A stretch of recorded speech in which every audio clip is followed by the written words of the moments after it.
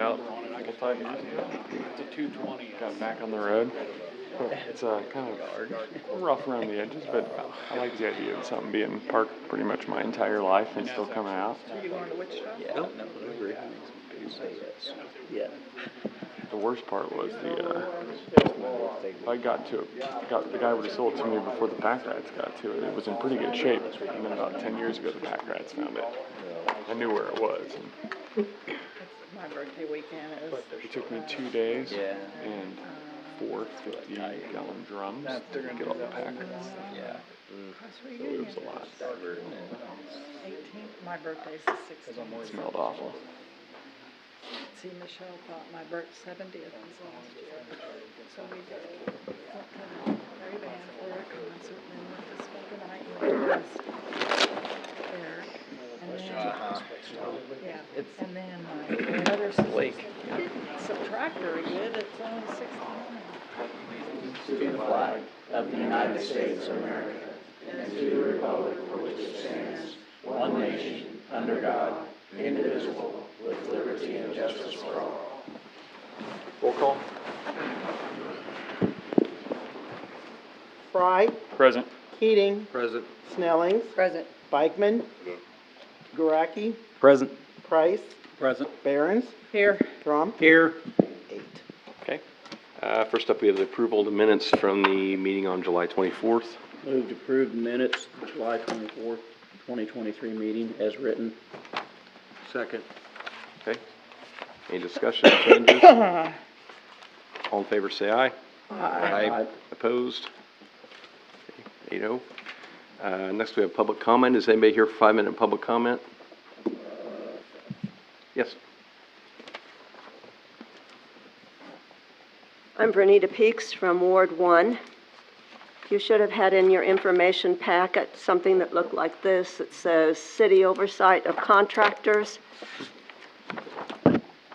I wanted to say that this talks about Feldhausen Field and Marysville Sports and Rec.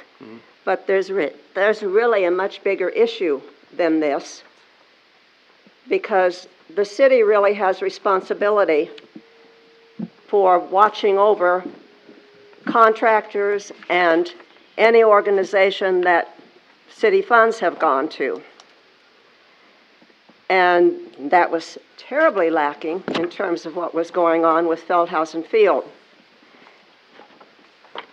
I called down here with problems about the gates being locked open so that traffic was going through as if it were a through street, in spite of the sign, of course, that it's no through traffic. This means that people who are walking there, maybe to and from a job or just for exercise, it's dangerous because they can't be seen sometimes when you're going around that concession stand area there. And it raises a lot of dust, and I don't appreciate that dust coming in my windows. And in addition to that, the people who are maintaining it, early in the spring, they had sprayed. Now, my property joins Feldhausen Field on the fence there. And I have shrubs planted back from the city easement, off the city easement. And they came through and sprayed in their piece of equipment at speed, just spewing all this chemical through the fence onto my shrubs and stuff. I spoke to them about it. By the way, every time I had a problem, I would call down here to the city, and I'd be told, well, call them yourself. Call them yourself. You can guess how much good that did. They chose to not pay any attention, of course. So I spoke to them about, you need to spray only up to the fence line. You're damaging my shrubbery. You need to do that with a hand sprayer.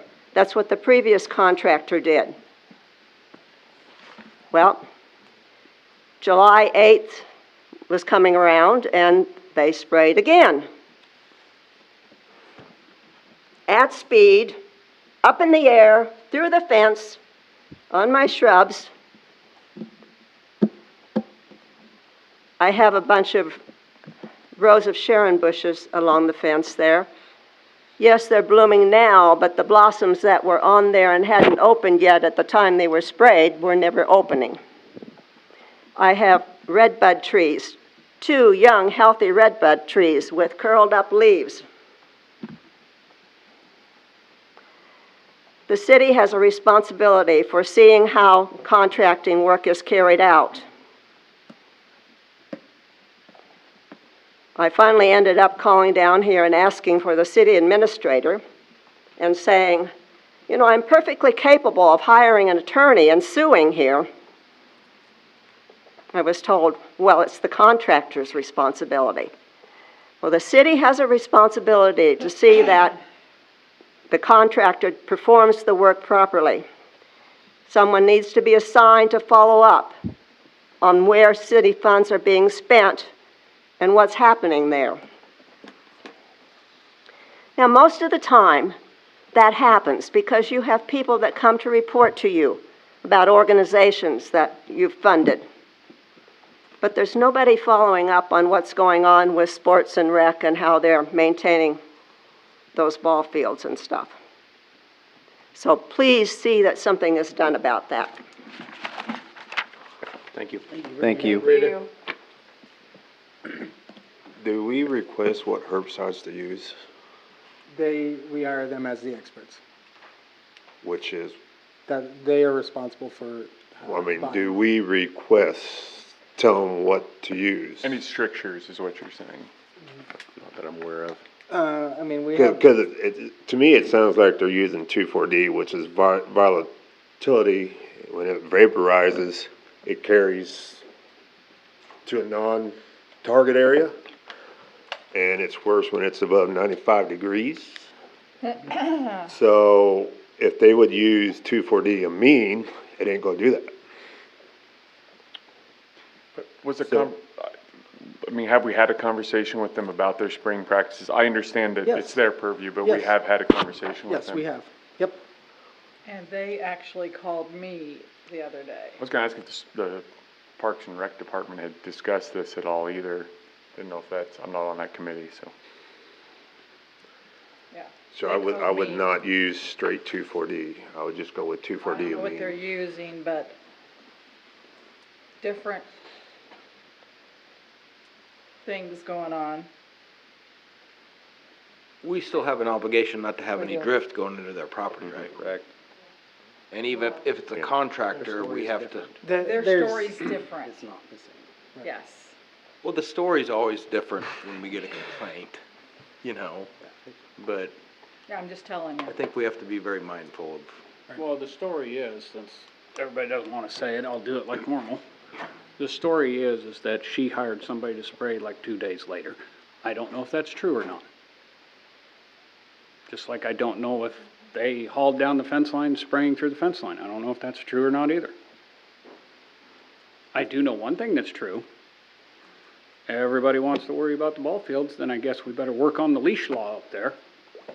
Because we have a dog park for a reason, so people don't need to go up there and turn their dogs loose, because that's not what it's for. And as far as the gate situation, shut the gates when it's not in use. it seems to me like that's how it always was. I assume that's what was happening, yeah. I think that they've left them open because people call down here and complain that they're not open, What do people need in there for? because they wanna go on the field and practice. Can they not park at the Legion and Hey, walk in, or? That's not my thing to get into. Yeah. I think the first thing is maybe review the contract of what we told them our expectation is. I don't know, I'm just thinking out loud. I mean, if we never told them that, hey, we want it I don't handled think this there's any way. specific deal about spraying. Yeah. I will say that. And no, also, I think it's control the weeds. couldn't we leave one gate or the other open? That would eliminate through traffic. I mean, then people would still have some access. Because even if they're a contractor of ours, it's still our property. And we're liable for what the contractor does, in my opinion, so. next month, into next month soccer starts, so everyone will be back up there again, so. Right.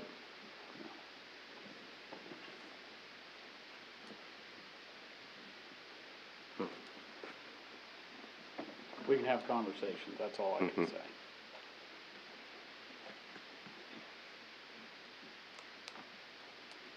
Okay. You got Do you have somebody, a committee meeting about it or anything, or?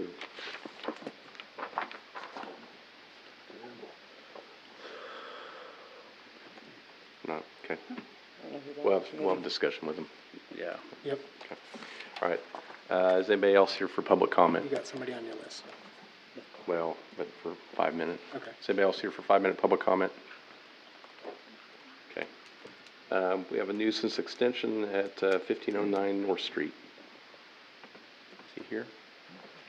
Robert Kloppenborg? I think he's here. Let's change his mind. Okay.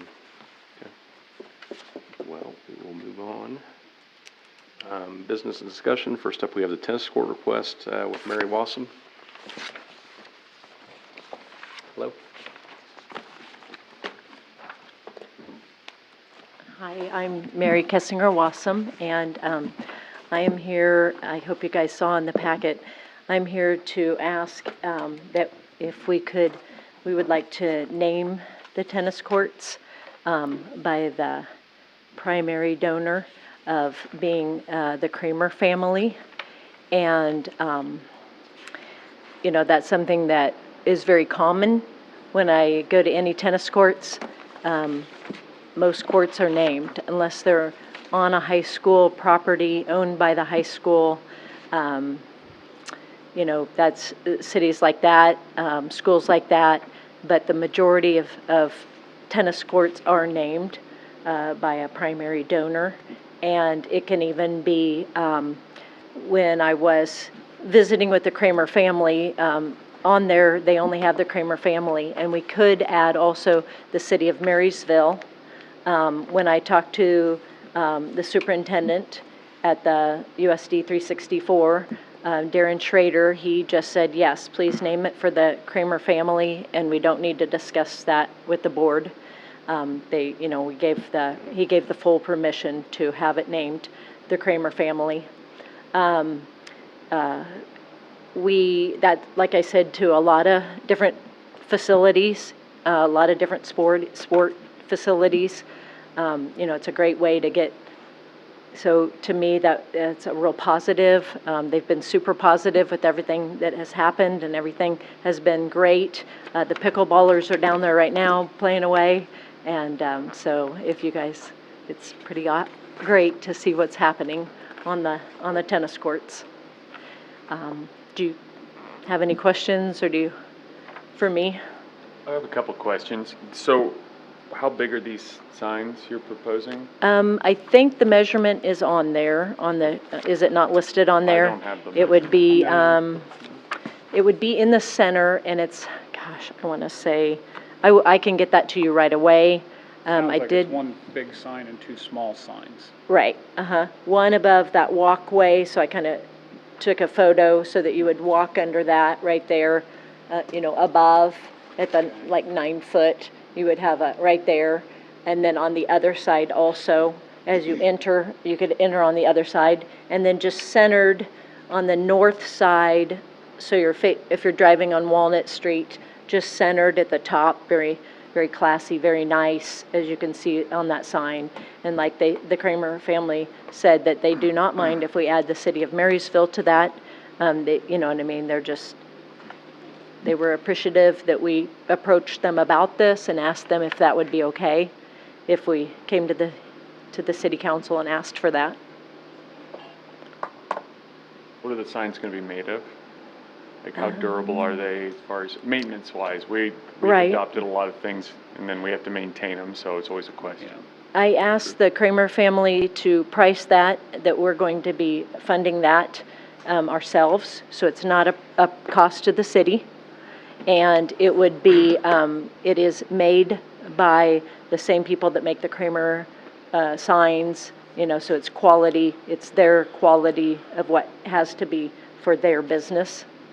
So, Kramer oil. and CJ, those signs, anything with their logo, with their signs.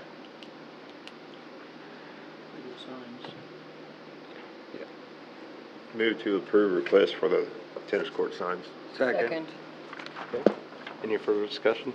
I feel, I feel like I have to say, I do philosophically not love the idea of us naming public facilities after donors because I feel like it's a slippery slope. I feel like where do we stop? I mean, if I donate for a fountain, do I get to name the fountain? That said, this is a generous donation, and this was a long-time project that took pretty much the entire time I've been on council to get accomplished. So I've got my reservations about naming public facilities after families in the community, but this is a very generous donation. They definitely stepped forward. I'm going to go ahead and say this wouldn't have happened without them. So, yeah, I guess I need to put it out there that there's kind of two sides to that, and I don't want it to be one of those where we're just out there wanting people to, we're not selling naming rights to public facilities. I don't want that to be our precedent.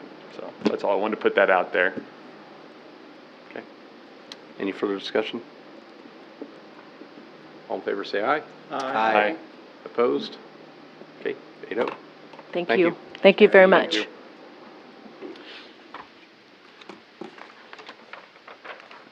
Next we have the Marysville Historic District. Hello.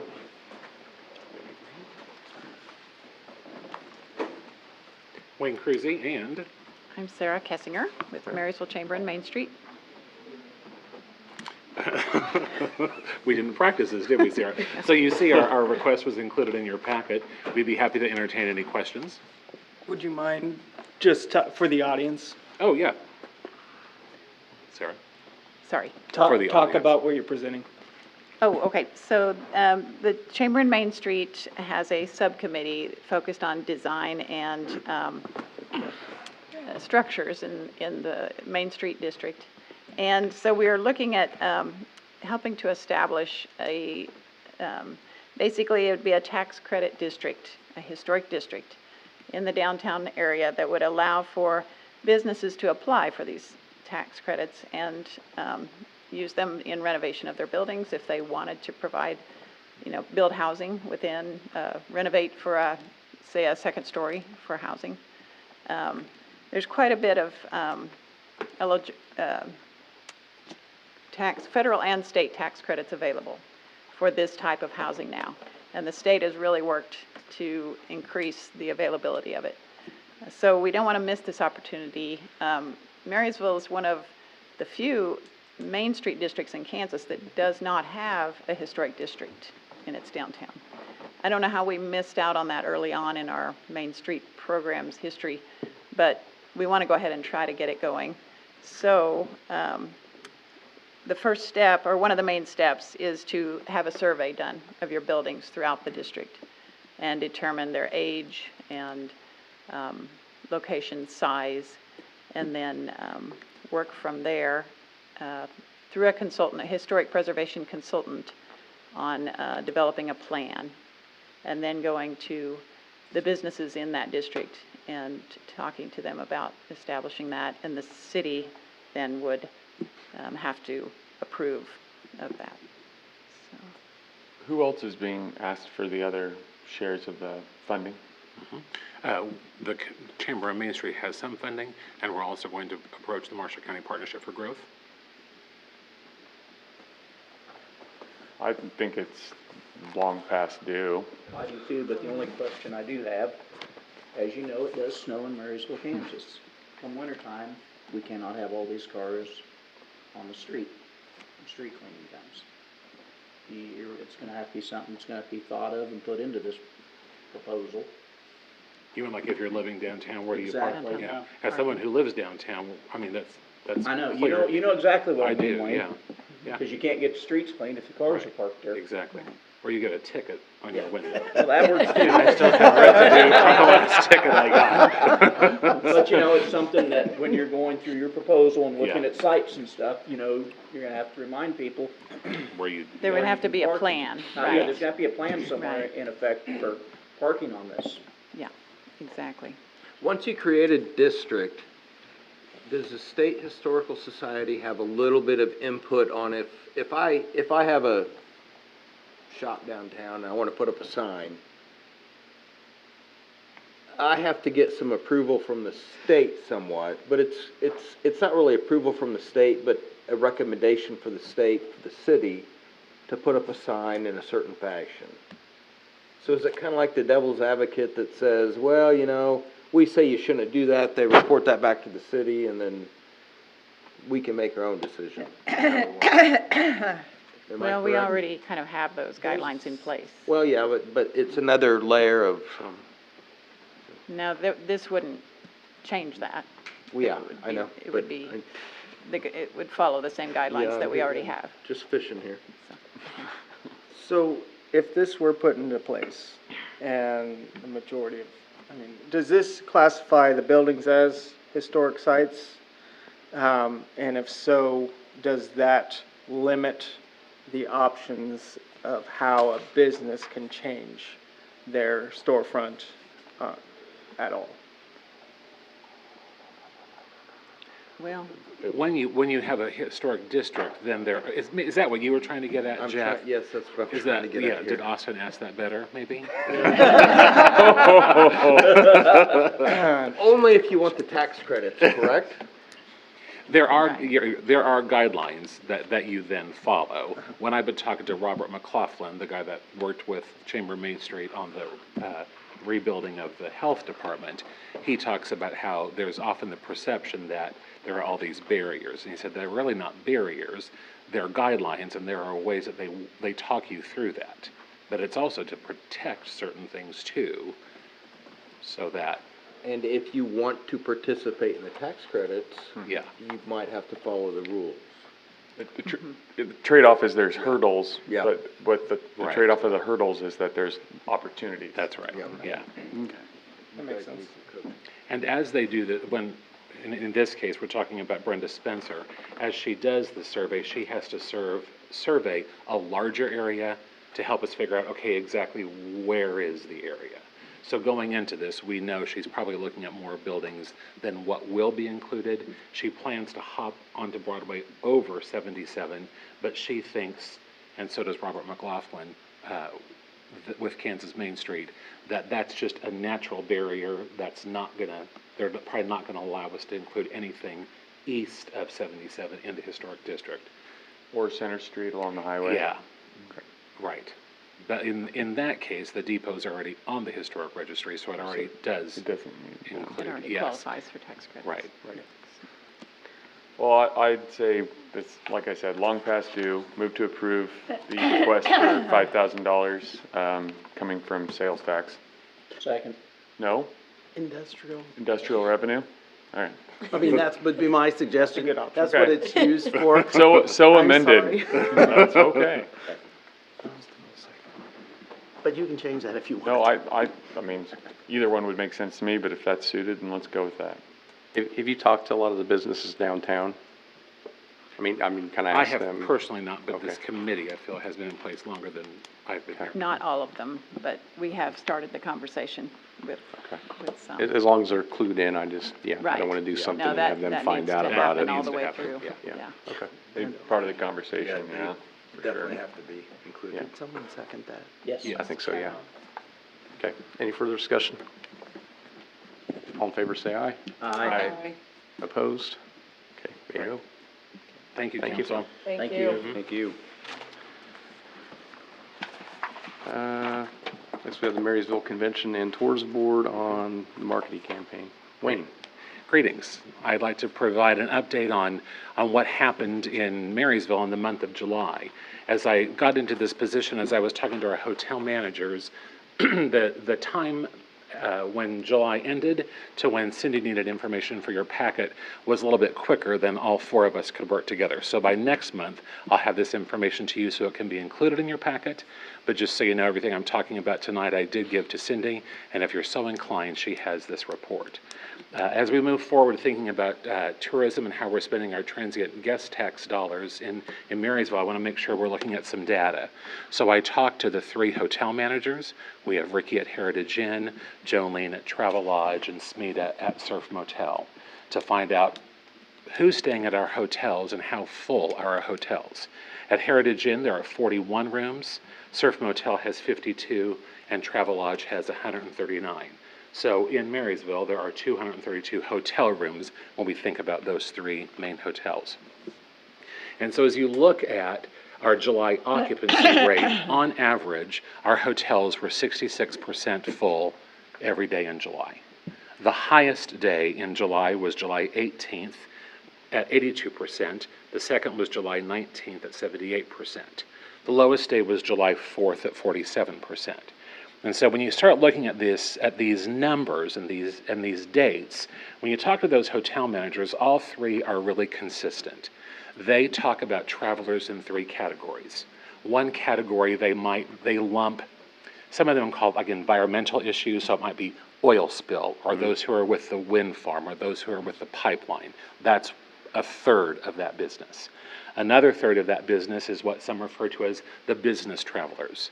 The salespeople who come in throughout the week, the people who are here doing audits, or all 3 specifically talk about the people who come for Landals, Georgia Pacific, and Tension. They bring a lot of people in. And then the third type of travelers, those who are driving through. And again, all 3 hotel managers were really consistent. We get travelers from Colorado and Illinois. They also note a weekday traveler is very different than a weekend traveler. On your weekends, that's where you see family reunions, weddings, often funerals start to spill over in the weekends, and that's where you see the impact of events like the Gravel Dash, the Big Blue River Days, Skyfest Marysville. When you look at those July numbers, July 8th is one of our highest occupancy days rates of the month. So you start to see that on the weekends, when we have events like that, it does impact how many people are staying in our hotels. So as we think about the goal for convention and tourism, one of these goals has to be, how are we going to increase these overnight stays? And so as we're looking at that, there are some things that are obvious. Family reunions. As I was talking to those managers, family reunions also are already playing a role in who's staying here, but we can do a better job of marketing on that. I was talking to one of the Schmitzes. They're organizing a big weekend family reunion, and he's put together this fantastic like squirrel scavenger hunt. And I'm like, this is the kind of stuff we need to be marketing to people. Bring your family reunion here. And when you're here, here are all the things you can do from Friday to Saturday to Sunday. And so we need to get that message out there. The same is true if you think about the title of this committee, Convention and Tourism. That first part of this title is often overlooked, and to an extent there's a perception that there are no conventions in Marysville, and that's not quite true, because Landals does a great job of bringing conventions to Marysville. But that's something else that we can do, and that we could use your help with, and I'm glad I'm speaking in a public meeting because we could use the community's help. For example, if you're a member of any association, if your association is looking to have a meeting, let's start marketing Marysville as that place for that convention. The first question they're going to ask you is, how many hotel rooms are in Marysville? Now we all know there are 232 hotel rooms in Marysville, because depending upon the size of the convention, they're going to need to know, do we have enough places for our people to stay? And then do we have enough rooms to hold a convention? We have the Legion, we have Landau Lanes, we have the Art Center, we have Venue 36. So we need to put that package together to get it out there that Marysville is a place for a convention. As I was meeting with some of the folks from Kansas Tourism, when they were updating their website, they found out that one of the searches that people do for Kansas is like wedding destination. And so on the Kansas tourism site, they realized they didn't have wedding destinations in Kansas as part of their website, so they changed their website. That might need to be something that we do as well. We've got a lot of different wedding venues in Marysville or in Marshall County. That's another message that we can get out there, because as people are searching, we can then start popping up as they're doing that search. And then we've just talked about other partnerships.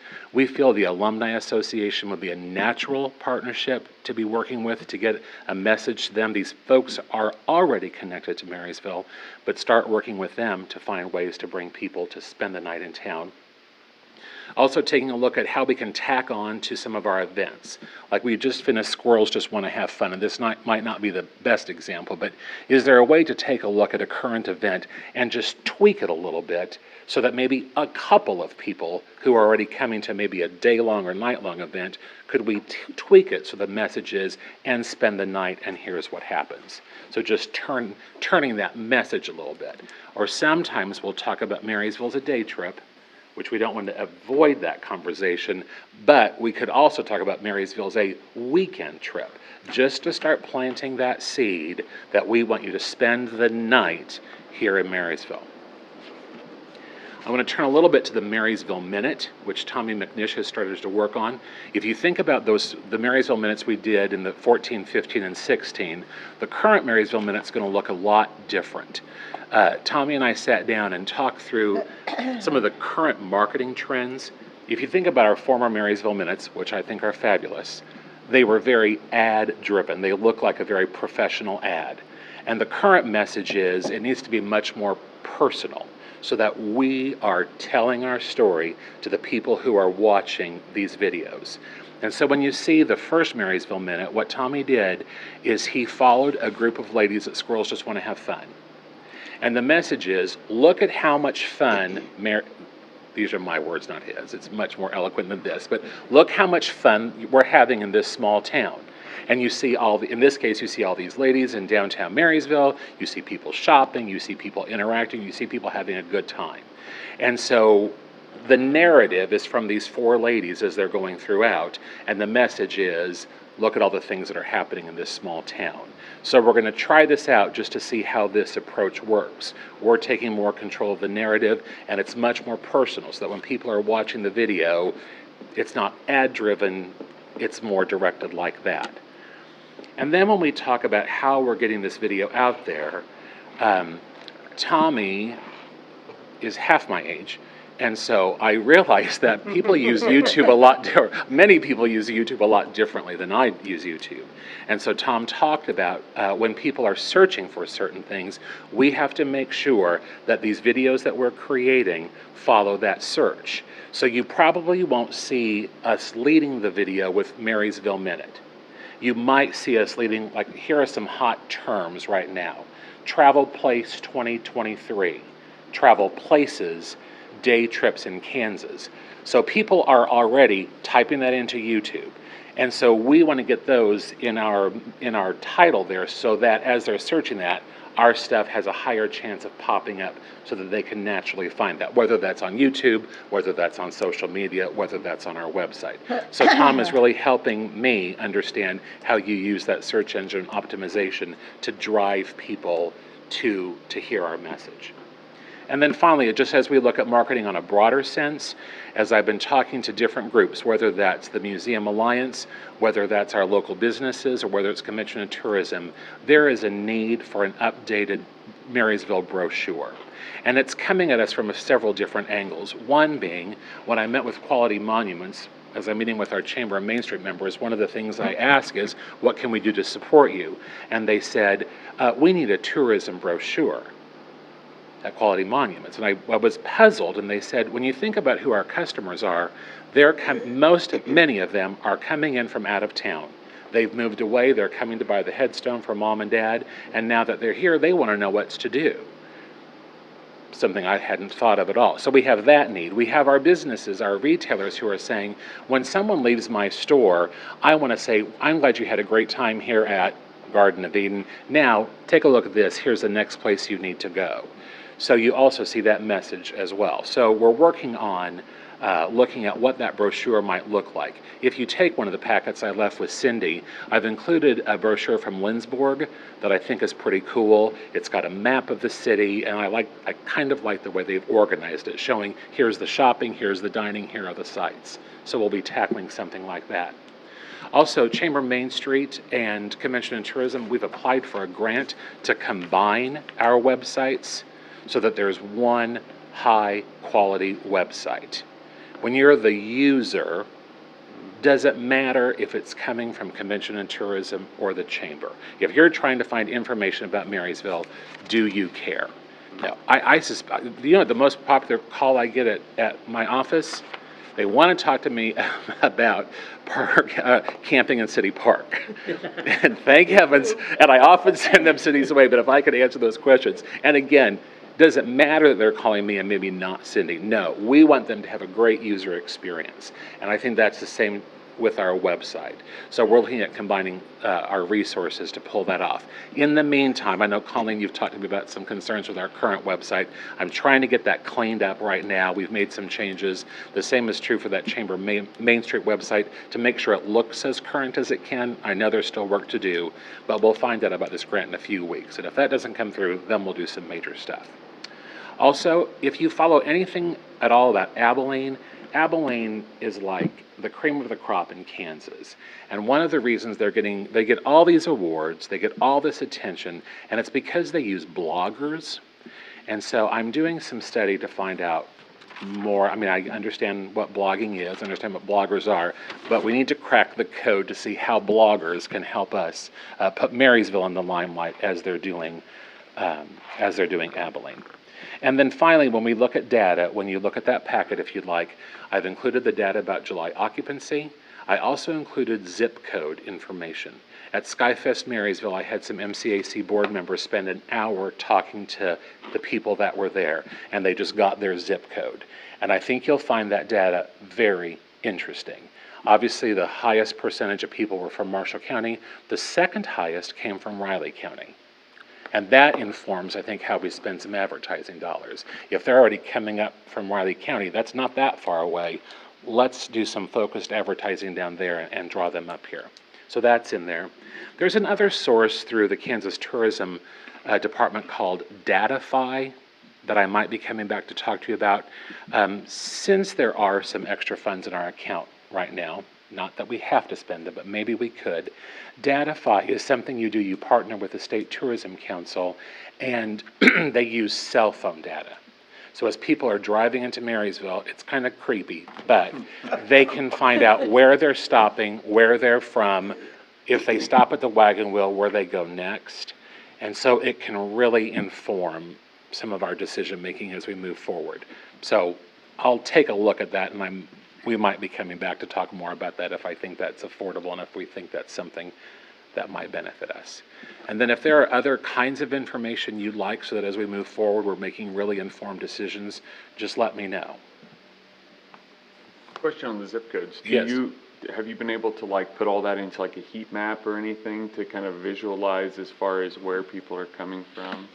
Well, I don't know what a heat map is, so tell me what a heat map is and I'll do it. Basically, I guess, I don't know if I'm going to describe it well enough, but you put all the zip codes in and it shows you on a map, kind of glows. Got it. Glows where they're from. And you can really see wow, how, I think it's a good way to visualize it beyond just zip codes.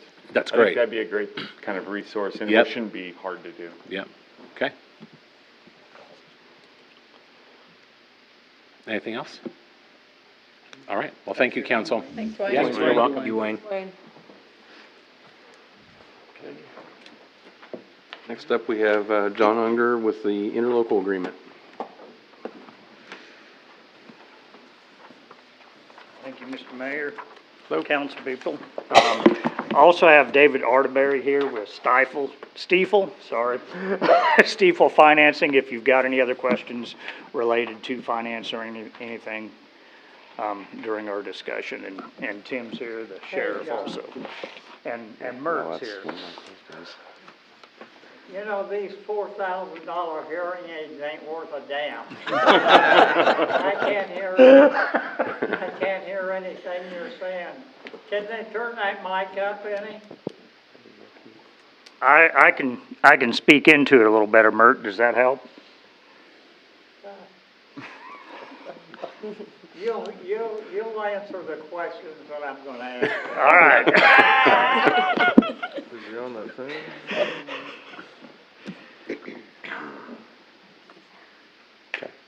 I'll just open it up to the council if you've got any questions. I have one question, and it might be for you and it might be for him, but why are you going with the lease purchase instead of just taking out bonds? I mean, the bonds would be the lowest interest rate.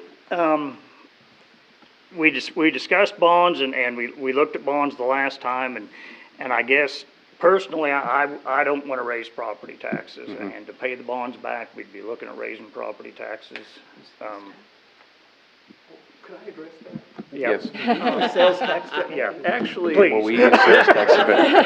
Actually, And I guess that's another, I mean, we used sales tax to pay our pool bonds, so I don't know why you couldn't use sales tax. I guess, to pay. As I understand it, and I haven't confirmed this with the attorneys yet, I'm just a finance person, but, what we would be doing is, it would be implementing a sales tax and then also issuing bonds, and the bonds would be repaid from the sales tax. Sounds like, just like your pool. So, in this instance, the new financing plan would not involve the lease purchase agreement. Okay. Yeah. Thank you. Get that? No, is that the engineer? No, finance. Okay. I didn't, Answer your question or? I know one thing, I had Austin put in a report for sales tax, effective October 2023, I think, the first or something like that. And it was good experience for me just to see where we're at compared to other communities in Kansas. Because I know it got brought up, well, if I go to Lincoln, I'm only spend 7.25. But I gotta compare that to the fact that in Lincoln, or in Nebraska in general, I'm gonna pay a lot more in property taxes. And so it was a good exercise for me to look at it. It was also a good learning experience to see some opportunities that we might have missed out on. And I'll take an example of like the new, the car wash. We need to do a road improvement there. Are there opportunities in the future, when that type of project comes up, to have a transportation district that we pull some additional sales taxes off that car wash to pay for that? Now, it's too late to do that, but it's something we need to think about. And I'm gonna just come out and say it right away that I don't think they're asking for an interlocal agreement. I think they're gonna have a challenge getting it passed, but I don't think we should hold up that challenge. Because the hospital went, 3 election cycles? Something like To that. get there? And I don't think it's our place to say, no, we're not gonna sign an interlocal agreement if you get this passed. If they get it passed, the voters, they said, yes, we wanna do that, so that's, I guess you kinda know where I'm at now. Actually, I mean, I had some concerns last, and I still got the same concerns, and they are that, if you raise a sales tax on this, then it kind of eliminates the possibility of the city, say, getting a half-cent or a quarter-cent sales tax for, say, ballpark improvements or road improvements or different projects that we want to do. The other thing is, I feel that sales taxes in general hurt the poorest the most, and especially families with children, I think. Because basically everything that they make is getting taxed because they don't have money left over. They're buying food for their kids and all those kind of things. And I think that the state, that was kind of their goal when they eliminated the state's portion, at least of the sales tax on food.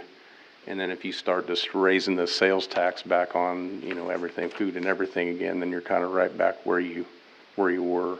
Plus, sales tax never goes down.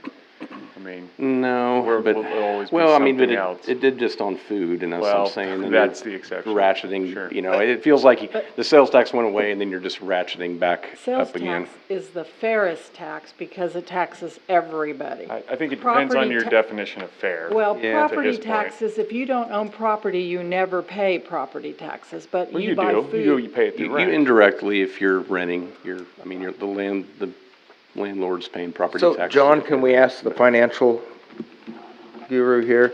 Is there I'm assuming there's a sunset clause of 22 years for a special sales tax? I think what the way the sales tax would be structured is that it would remain in place until the bonds, the debt for the project is paid off. So when the bonds are sold, they'll have a payment. The sales tax coming in would be more than enough to make that payment, and any surplus over, the bond payment, any surplus sales tax collections would accumulate and be used to pay the bonds off early. Would be or could be? In this case, that would be a decision that the county would make, but what I would anticipate is that it would be debt, so specifically dedicated towards paying the bonds off. But it's hard to hang was that it- assumption on future Well, what- commissioners. And the, It would be, but once the jail's paid off, then it would drop off. Then the sales unless it tax goes away. back up on to the ballot. So once the jail's paid off, the only way that sales tax would remain is by going back on the ballot for another half cent again, So it would be So- 22 years or less. or until the jail's paid off. Right, and right now, at least last year, the half cent that the county's already collecting generated about $1.2 million. And the amount of borrowing, I don't know, the county doesn't have a good project cost estimate yet, but I understand you'd be looking at borrowing somewhere between like $6.5 and $8.5 million. And that would basically, at $6.5 million, you'd probably be talking about having that sales tax in place for, I'm just gonna ballpark, say somewhere around 8 years. If it's $8.5 million, then you're probably talking about somewhere, maybe about 15 years or so. So it all would depend on how much the sales tax grows over the years. So what's the earliest, so for instance, with our swimming pool, the earliest we could pay off was 7 years, no matter what. That was the earliest we could initiate an early payoff scenario. Is that the same case for this? The bonds would have a call feature on them, that you couldn't call them before a certain date. Now, having said that, let's say that call feature is 7 years. If in year 5, you've got enough money that you could put that in the bank, you can create an escrow account, and you can dedicate that, irrevocably, that escrow to pay those bonds off. And once you create that escrow account, those bonds will be considered paid off and defeased, and you could cancel the sales tax at that point, even if you haven't reached the call date on those bonds yet. And there's even provisions in the documents that say if this kind of escrow has been set up, then these bonds will go away. They'll be defeased. And then the sales tax will go away also, no matter what, or not? No, unless you have an election to renew it, the sales tax So would they go will away. automatically sunset when the bond is paid? When the bond is not a year? No, what happens is, once the payment of the bonds is provided for, either by creating the escrow or just calling the bonds, notice is sent to the state, and the state cancels the sales tax. Now, unfortunately, the state, you can't cancel the sales tax like in 2 days. It takes several months after you notify them, but it would be, I would anticipate it would be an immediate notification and then canceled within a few months. It would go off the books within a few months. Yep.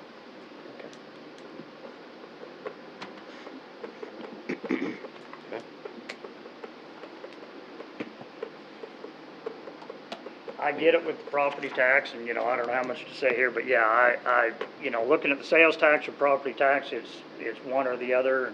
And property tax, you've got retirees that, the groceries on elderly people, and property tax on retirees, and property tax is going up every year anyway, and it's gone up quite a bit the last few years. I Just got my valuation really, yesterday. Just got my new valuation yesterday. Yeah. Studying mine And it pretty went up close. again, so. It wasn't as bad as last year's, but. One of those things that never go down though either. Yeah.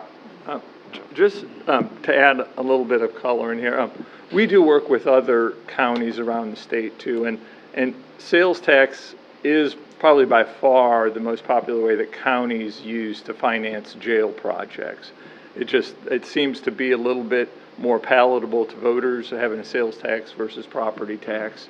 And I think also there's the concept, as the gentleman was saying earlier, people coming in from out of the community and paying sales tax. So some of the sales tax that you're generating is coming from people outside the county that will go to help pay for the jail.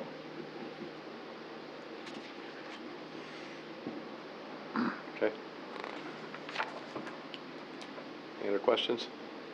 So correct me if I'm wrong, the interlocal agreement, if we sign it tonight, it still goes to the public for a vote, correct? Yep. What goes to the public is to approve the sales tax for the jail, yes. So it still has to go on the November ballot for a vote of the county. Just verifying. How many other cities have approved the interlocal agreement so far? Let's see. I think Blue Rapids. One, but I don't two, know. three, I think 4 have now, and tonight was the big night. I think there's 5 meetings tonight. Okay. So, you came from Waterville Waterville, approved it, yeah. and they approved it, so I think that's 4, and then there's 5 meetings tonight, so. Summerfield did kick it around and decided to hold off, and they wanted to talk about it some more. They're gonna meet again this week sometime, I think, so. So the 4 are Frankfurt, Waterville, Blue Rapids. The 4 that have approved it are Blue Rapids, Waterville. Thank you. Yeah. Beatty and who? Beatty and Vermillion. Okay.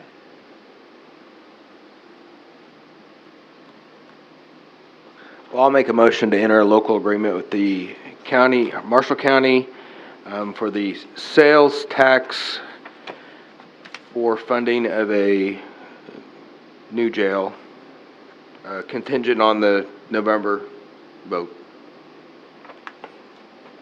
Second. Okay. Any further discussion? All in favor, say aye. Aye. Opposed? No. Who's?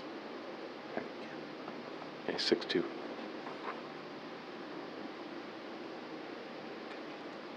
Okay, thank you. Thank you. Thank Appreciate you. it. Okay, next we have the Farm Bureau Block Street closure request. Don't please, Mr. Mayor, is it possible that I could talk to Councilman Unger at the podium?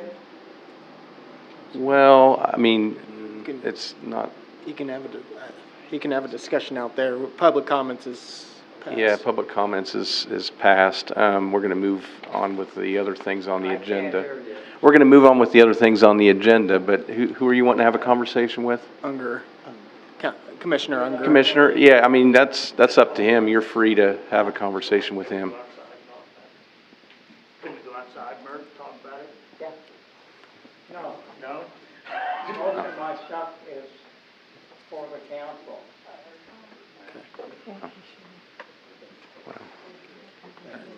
Okay. All right. Yeah, next we have the Farm Bureau Block Street closure request. Move to approve the request. Second. Okay, any discussion? All in favor, say aye. Aye. Opposed? Okay, 8-0. We have demolition reimbursement at 300 Calhoun. Well, I didn't hear it.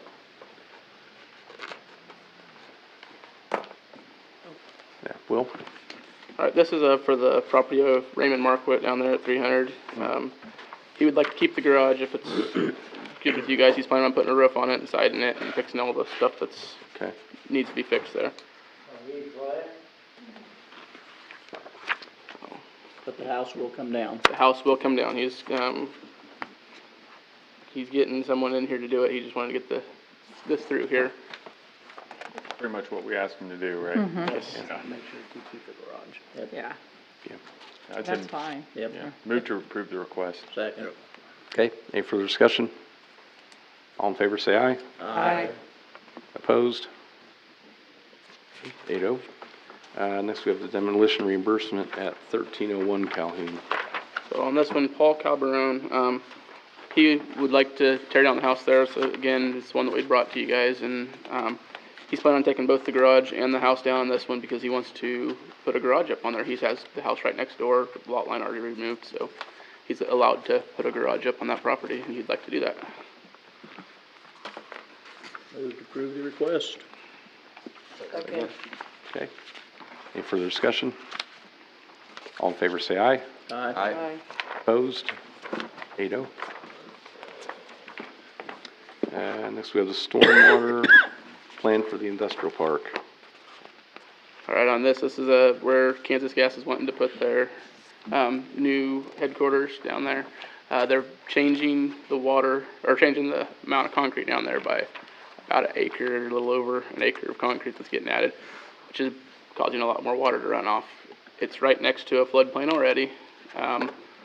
He didn't want to retain it to slow it down because then all the water would be there at the peak time.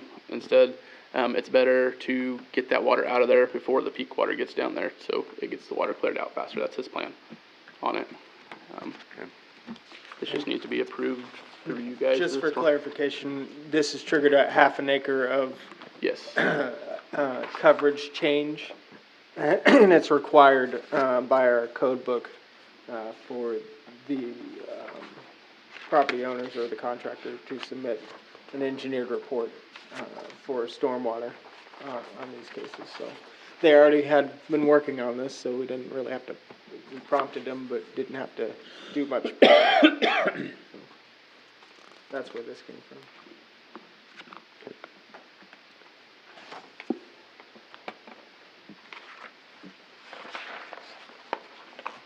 No red flags or anything with, No, there isn't. The front parking lot from the building out is gonna go to the street and go down the gutter like it does now. doesn't that right? Everything in the back is gonna head to that southwest corner, and he's gonna put on their property still, just off the concrete, put riprap where the water comes off, and then try to get it spread out better. Okay. To where it's not gonna cause any ruts. He's gonna get it to where it spreads out. So, I didn't see any problems with it. Move to approve stormwater plan for the industrial park. Second. Any further discussion? All in favor, say aye. Aye. Opposed? Okay, 8-0. Okay, thank you. All right, thanks, Will. Thanks, Will. Next we have resolution 2023-42 at 1005 Calhoun. Bob? Hi. Well, we got a place at 1005 Calhoun. Supposedly, if I'm right, the courts were supposed to take care of this before. It went to court, but nothing Say has some of the happened. pictures have snow, so it's been sitting there for a while. Yeah, and But there's follow-up pictures from this year. and yeah, you can see where my it's follow-up still pictures there. are. They look the same without snow. Yeah. Yeah, it didn't move. Grass. Just got a little bit of green stuff in there.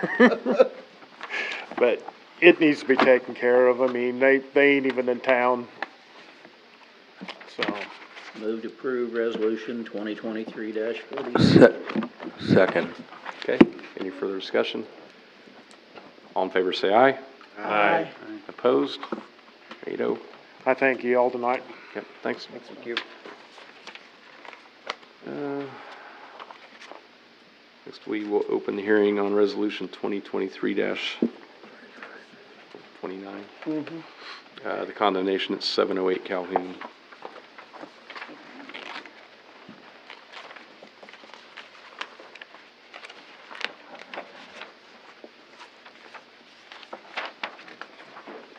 Alright. On this one, Richard Bryan owns this property. He's in Colorado. He's planning on building a new shed there. He wants to tear this one down. He's requested to get the economic development form. He won't be back here till the end of the month to where he can fill it out for us. He was wondering if we could come to the first meeting in September with the economic development. Move to approve 30-day extension. Second. That would get him to where he could turn in the Turn it in, economic yeah. development form. 30 days. So- 30 days. Okay. Okay, have a second? All right. Any further discussion? All in favor, say aye. Aye. Opposed? Okay, All right, thank you. yep. Hey, Todd, Well, now we have, can you tell me when I can get up there? what's that? Well, I can, it's up to Jason. I'll tell you what, let us get through a little bit more of this stuff, the business stuff, and then we'll give you a minute, Mert. Does that work? That'll work. Okay. Next, I'll open the hearing on Resolution 2023-30, the condemnation of 511 North 8th.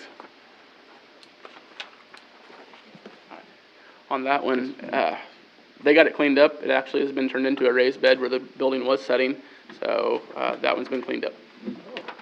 Cool. So, Cool. All right. Thank you. Thank you. We need to take any action then, do we? Cool. You're good to go. All right, next up, we have the consent agenda. Move to approve consent agenda. Second. Okay. Any further discussion about any items on there? All in favor, say aye. Aye. Opposed? 8-0. Next, we have appropriations ordinance number 3803. Move to approve appropriation ordinance 3803 in the amount of $464,075.14. Second. Okay. Any further discussion? Roll call? Fry, Yes. Keating, Yes. Snellings, Yes. Bikeman, Yes. Guaraki, Yes. Price, Yes. Barons, Yes. Trump. Yes. 8-0. Okay. Let's do this. When did you wanna All right. What? Do we want to do staff reports? You want to do staff reports first or give Mert a minute? Give a minute, Yeah. give All him a right. minute. Hey, Mert. 10. Well, yeah.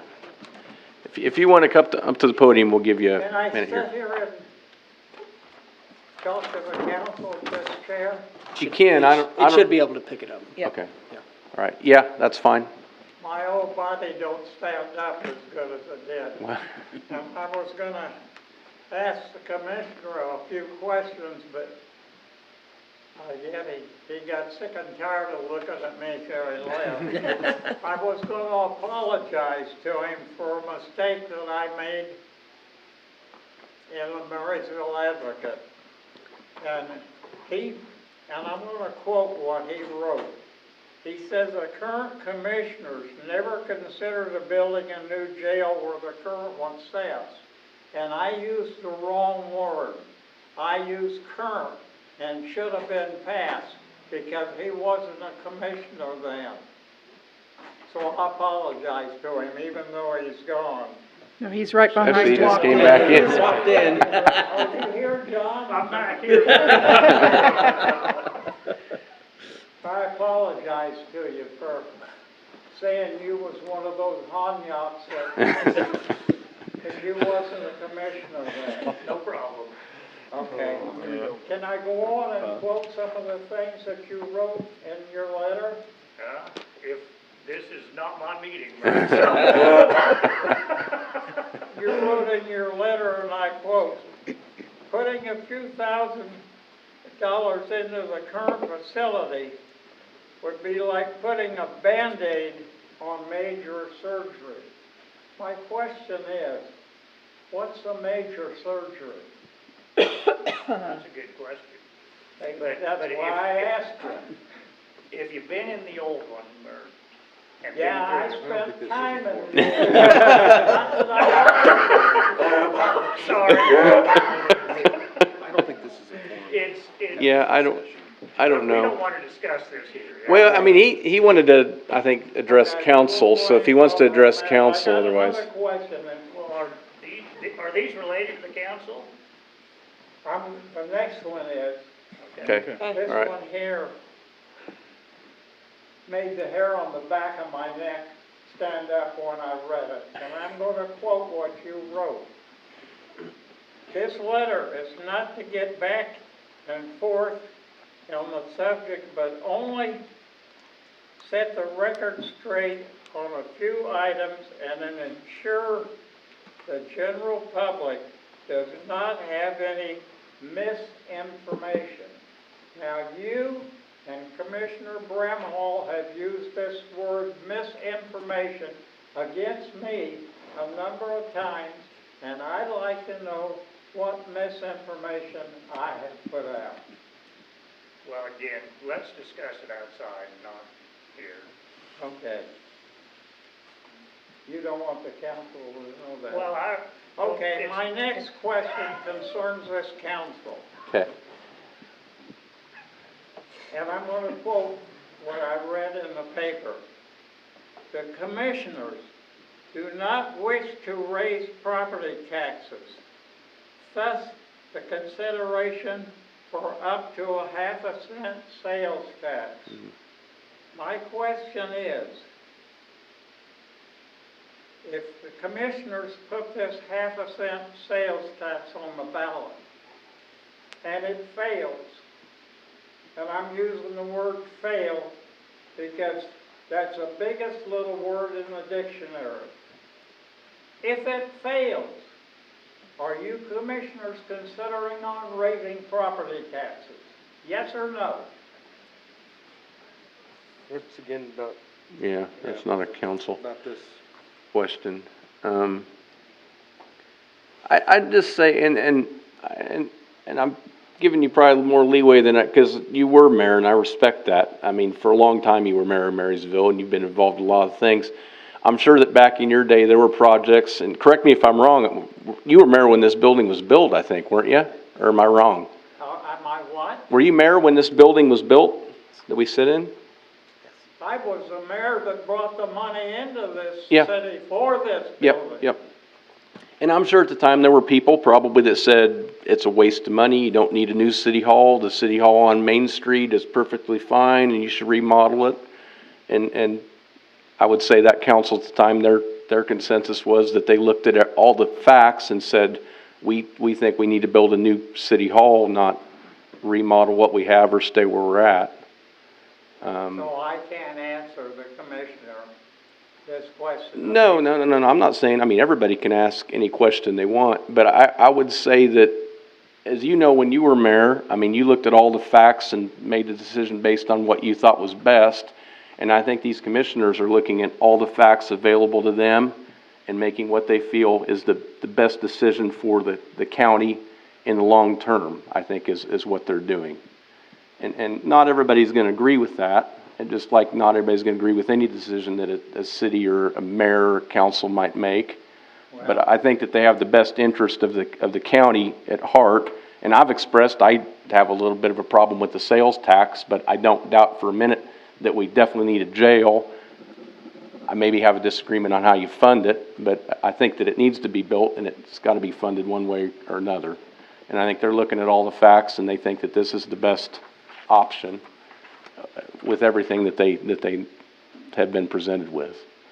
Well, I remember past mayor standing up at the podium talking to the American people, and he says, no new taxes. Yeah. You know who that was? George Herbert Walker Bush. Yeah. He said, read my lips, no new taxes, but he lied. And I guess that's what I'm trying to find out from the commissioners here. Well, I'll drop that. Okay. But I did get this package in the mail from the Marshall County clerk. And I would assume that most of the council has got the tax notices that's coming up. I haven't looked at mine yet. It's probably sitting in my mailbox. Well, waiting for me to be surprised. I've got a dozen rental houses in Marysville, and I pay a hell of a lot of taxes. 3 of them went up $100. 1 of them went up $1,000. Two of them went up $1,600, and one of them went up $4,500. And the only thing that I did to that house that's went up that much is I put new shingles on the roof because of the last hailstorm. And these commissioners are coming before you asking for a half-a-cent sales tax. And I'm saying the people are damn sick and tired of paying sales taxes. So I'm gonna go on to a letter, it's a newspaper article. I might have missed it in the Marysville paper, but it's from the Frankfurt Area Index, and it concerns this council. Yes. It was made August the 3rd. And the commissioner meeting was July the 24th. So my question to you, John, is it says, County Commissioner Jason Benninger discussed with the board process in which they would sell the 11th Terrace property. My question is, are the commissioners talking about selling the 11th Terrace property? Commissioner. It hasn't been discussed, but it's an option. The commissioners have talked about it. I mean, I guess why I'm answering it, I didn't read it in the Marysville Advocate, but I'm reading it in the Frankfurt News. And here's what your Counselor Jason Benninger said. Hey, Mert. Yeah. Mert, if you want to talk with John for a while, we'll probably move on to other city business. Because I think the letter, most of the stuff in there concerns the county, not us. You're shutting me off too. Well, no, I think what... It's the commissioners though, Murray. Yeah, it's the commissioners that you're... Yeah, we don't have any control over what the commissioners do and don't do. I mean, other than the interlocal agreement tonight. Then I'm going to ask the council a question. Yeah, what's that? Have you told the commission that you're going to forgive any money that if this sales tax goes through? Have you told the commissioners that you're going to forgive any money? And he's going to get it all? We just approved the interlocal agreement just now tonight. So that half-cent or whatever they decide to put on the ballot, they'll get all that. We won't get any of it.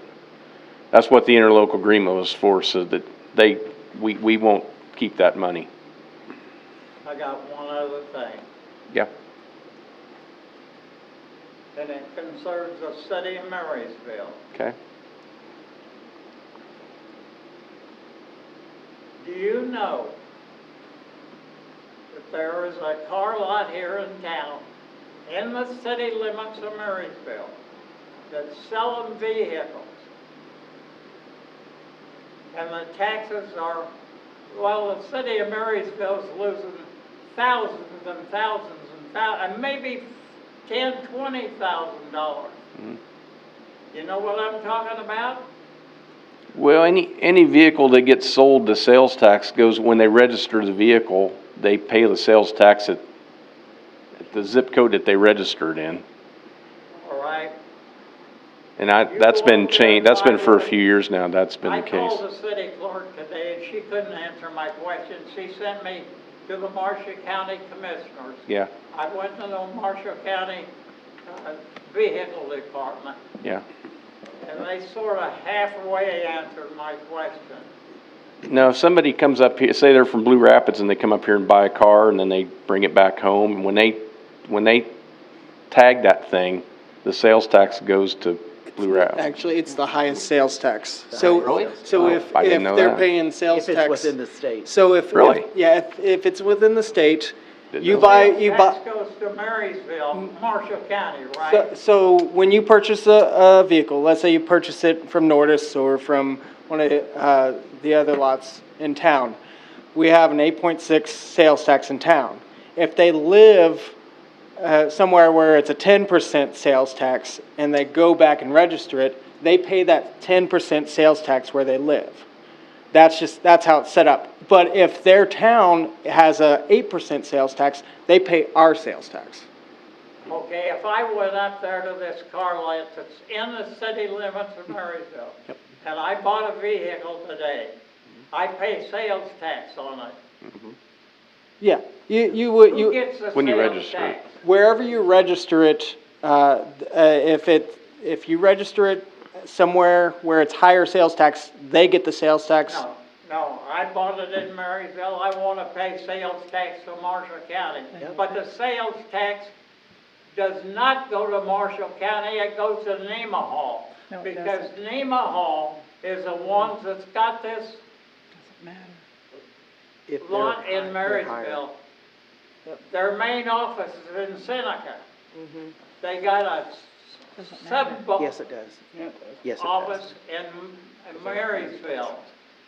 If it's a But when used I go vehicle, there to buy it, I it's here. pay the Seneca's sales tax, not Marshall County. That's true. And I think that this council and this commissioner, the past and the present, get their heads together and get that sales tax back in Marysville or Marshall County. That's probably a state I will- statute though, isn't it? I mean, I will say that we can't collect, we are not allowed to collect the sales tax. I'm not hearing you. The city is not allowed to collect sales tax. It goes straight to the state. County is. No, the state. The state Department of Revenue collects all sales tax. Okay, I buy it, I'm a Marysville resident, I buy it at a Marysville lot, but the main dealership is in Seneca, Kansas. The sales tax goes to Nemaha, not to Marysville, because I bitched over in Seneca that I'm paying sales tax and it's going to Seneca, and they said, well, that's The state determines how sales tax is redistributed. That's based off of their laws. I think we've given Mr. Ott his time, and we're getting off subject here, so. John, I do thank you for coming back. I'm not getting answers to my questions. Talk them out, Bert, we'll talk. Alright. Thank you. yeah, thanks, John. But Thanks, I Mert. think the Thank you, city guys. needs to look into that, about where that sales tax goes. Okay. Now, if I can get up out of this damn chair, I'm leaving. Maybe John will I help wish you. all a good evening. Thanks, Mert. Thanks, Thank Thank Bert. you. Bert. Thanks, Brent. Alright, we'll move on to staff reports. Okay. Austin? All right, the first thing on my list is I'm bringing back the Verizon cell tower agreement. We reviewed it at the last meeting. To give a basis, Verizon is looking at leasing a piece of property that we own, the city owns. Included in the proposed agreement for the cell tower proposed to be built on city property on South 17th Street in the industrial park. We reviewed the contract last meeting and agreed to bring it back. It leases the land south of the water plant, south of the dog pound that we have down there. And their proposal is to install a 185-foot monopole. A monopole does not have the rigging, the guard wires that, or the wiring guard wires to hold it up. Is that what they told you? That's what it's showing in their plans.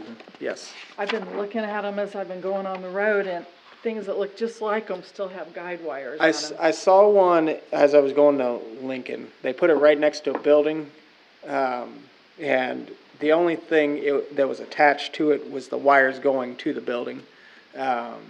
So yeah, this structure right here is, they're proposing nothing coming off of it. This agreement would have Verizon pay the city of Marysville $11,400 a year, with a standard 5% agreement, or 5% increase in rent every 5 years. Included is a map of anticipated improvement, and I had to stare at this for a little bit. But the first map, on page 84, it shows you what they have right now. All the yellow in that one tower up in the northwest. And it shows the proposed tower.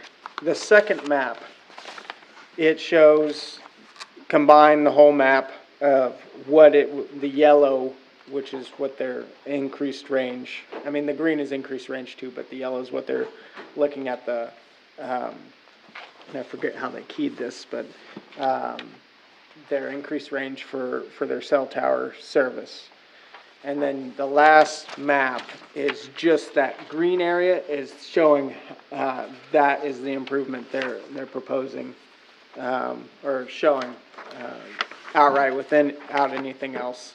That just that green is where the tower is affecting if they were to install it. Which is actually quite a bit of ground. It's quite a bit. I talked to a couple residents that I was concerned with, and when they found out exactly what it was doing, they were like, yes, please. So it's not 5G. They haven't told me the signal it's gonna put off.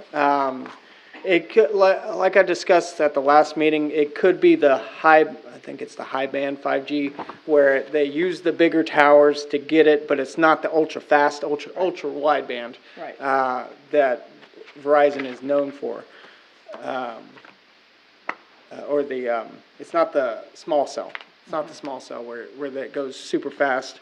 Those are usually put in neighborhoods and stuff like that, to help increase speed in larger communities.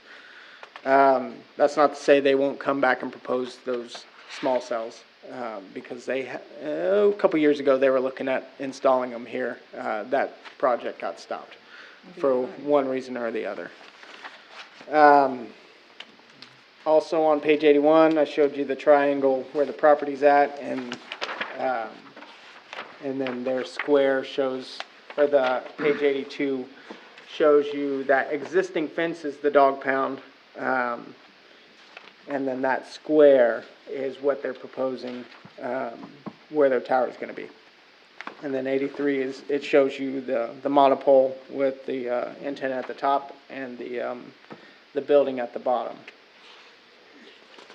They did send me plans, but I mean they're meant for the planning commission to go through as well, or our building inspector. But you can look through those plans as well. No brainer, really. I mean, I'd like to make a motion that we approve the cell phone tower agreement with Verizon contingent on the planning commission and the building inspector approving the proposal. Yep. Second. Okay.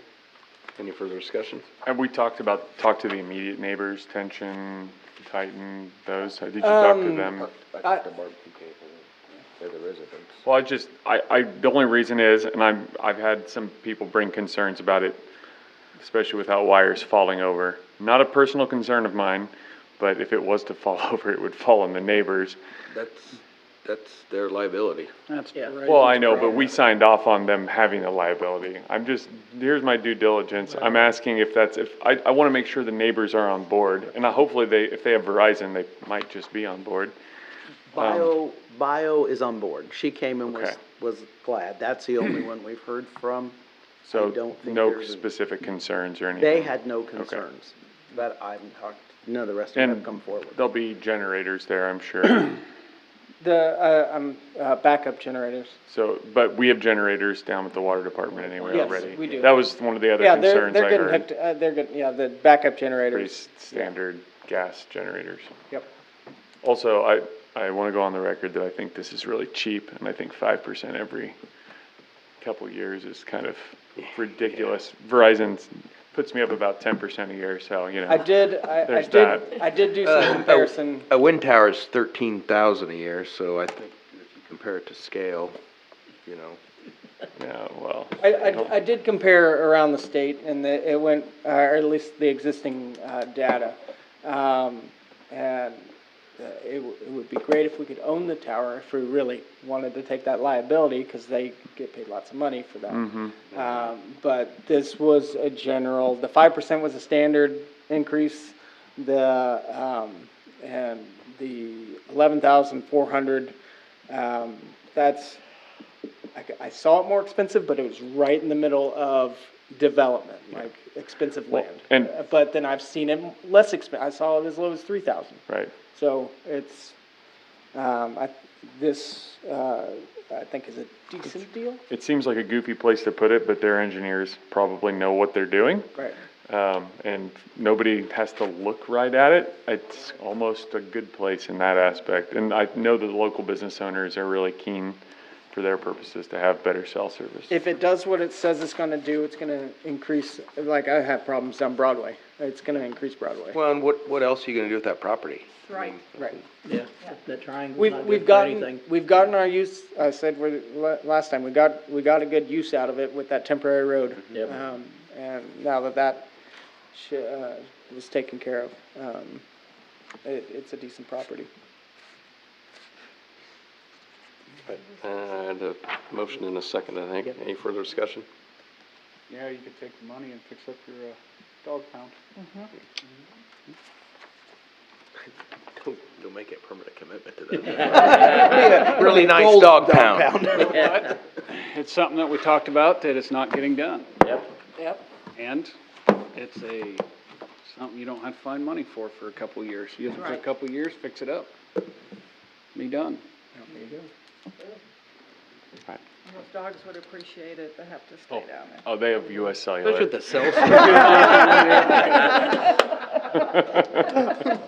Sorry. I had to. Good cell service, we can put cameras down there.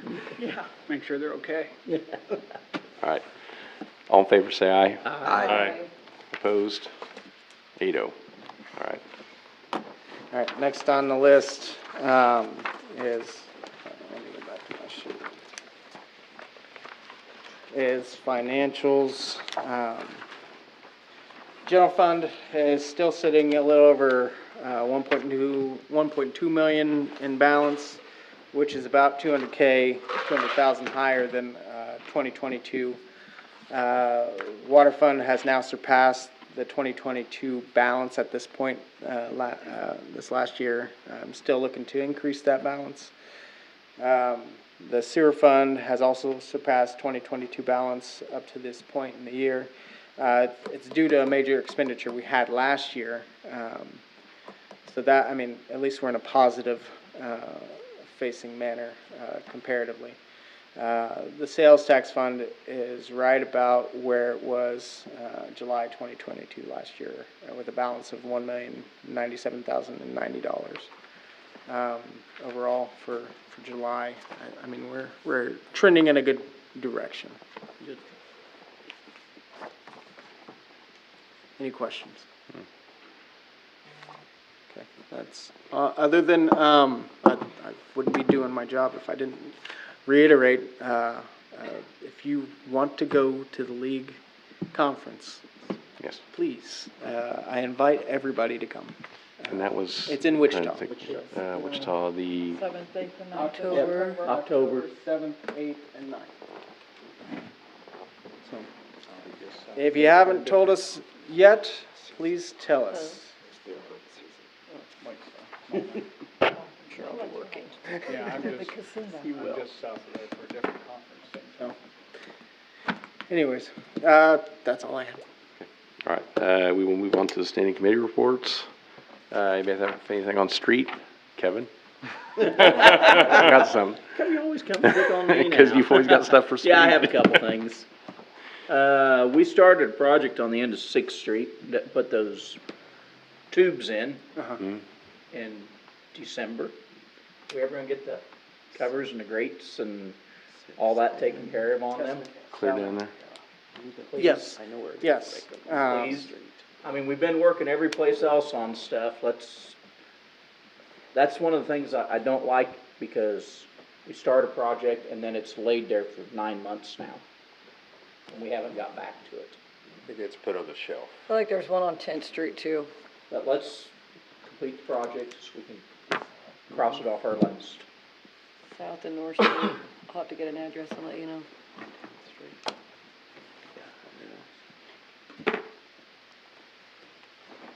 I see that, Don Bruno's out there working this afternoon, Yes. and I think it kinda looks promising. I think that's just good. let them work through it. He said that actually the road had a pretty good crown before they get started. Okay, that's good. I asked for his advice on that, so. Yep, I think, and that's wise to take advice from people that do that kind of stuff, so. Well, if it works, these people over here, where the railroad track used to be. Oh, Calhoun Going to- Street. yes. Calhoun. That Yeah. that gravel over there, if you could throw some of that down there too, if it works out, that'd be great. I'd be careful adding too much more to that road. Yeah. Yeah. That manhole's pretty The deep. request I got.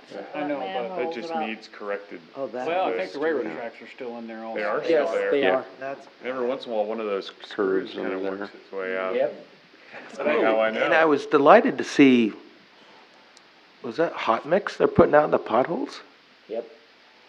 Must be the Cold mix probably. cold mix. The price of a limestone must have went up a little bit, but no. Well, sometimes Well, they being use able to cold get it mix. is I know, also. I understand. Yep. Is that why the highway got patched too over here? That AT&T That's hot hole? mix. Hot Yeah. mix, Yeah. Availability, yeah. And also over here at 700 Calhoun, the curb. Apparently was taken out in 2015 for a project that never got replaced. Where at? 700 Calhoun, right over here. Curb. Okay. Yeah.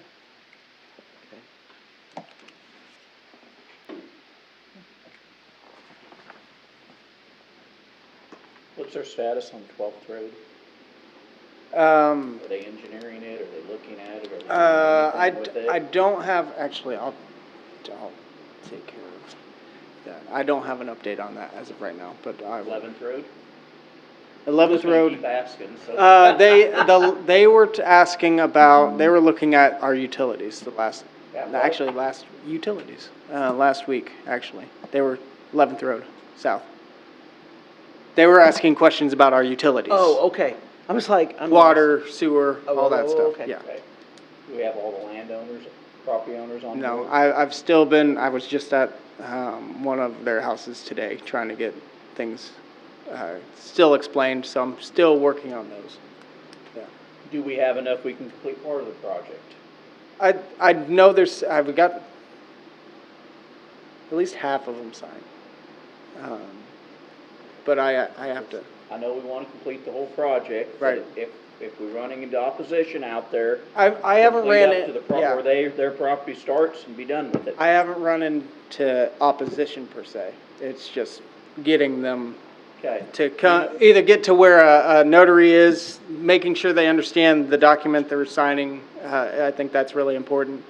And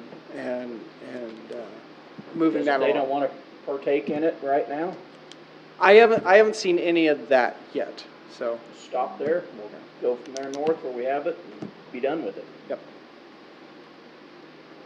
And they are gonna fix that. Yes.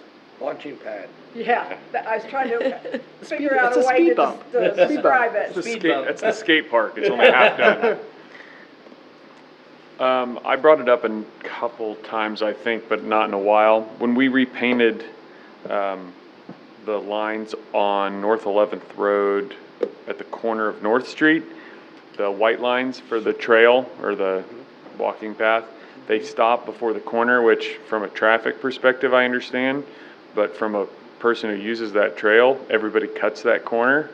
And I'm not saying a white line's nothing to keep people from driving across it, but it's a reminder that you're actually, Sharon. yeah, you're sharing the road, and if you cut that corner within that white line, I've had one or two calls. Close calls, not calls from people. Close calls where it was, I almost stayed in the cemetery, if you know what I mean.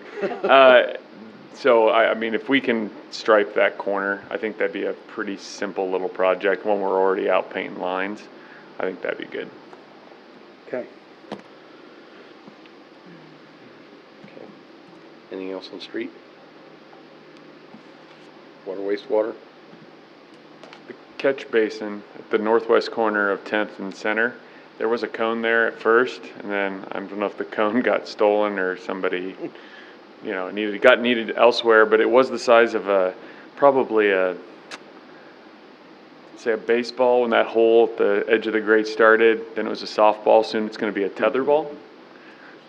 It's definitely growing, and I'm not saying kids shouldn't be out walking in the curb and gutter anyway, but we're about ready to get into school time when there are lots of kids walking by that intersection, and one less thing for somebody to have as a hazard would be great. Not to mention the road will start going off into the catch basin eventually. So if that one, I mean, if it can't get prioritized, I hate to say it, even if we had to put some cold mix or something on the lip to help seal it a little, that'd be good. Anything I have else? something. Yes. You guys, I missed last meeting. Yes. I got lots of notes. Okay. The insurance claim from the sewer backup, up between North and 10th. Any word on that? 'Cause they're trying to contact insurance and insurance will not contact them back. I can try. Okay, thank you. Yeah. Yeah, and they didn't tell me that they were getting nowhere. I even asked somebody in the office about, I don't know, a month ago, says, anybody heard anything on this? We just figured it was taken care of. Yeah, no, he said the insurance people won't even call back. So, Honestly? I don't know. Okay, no, I'll get a hold of them. Yeah. I don't know if I can do any good, but I'll try. Thank you.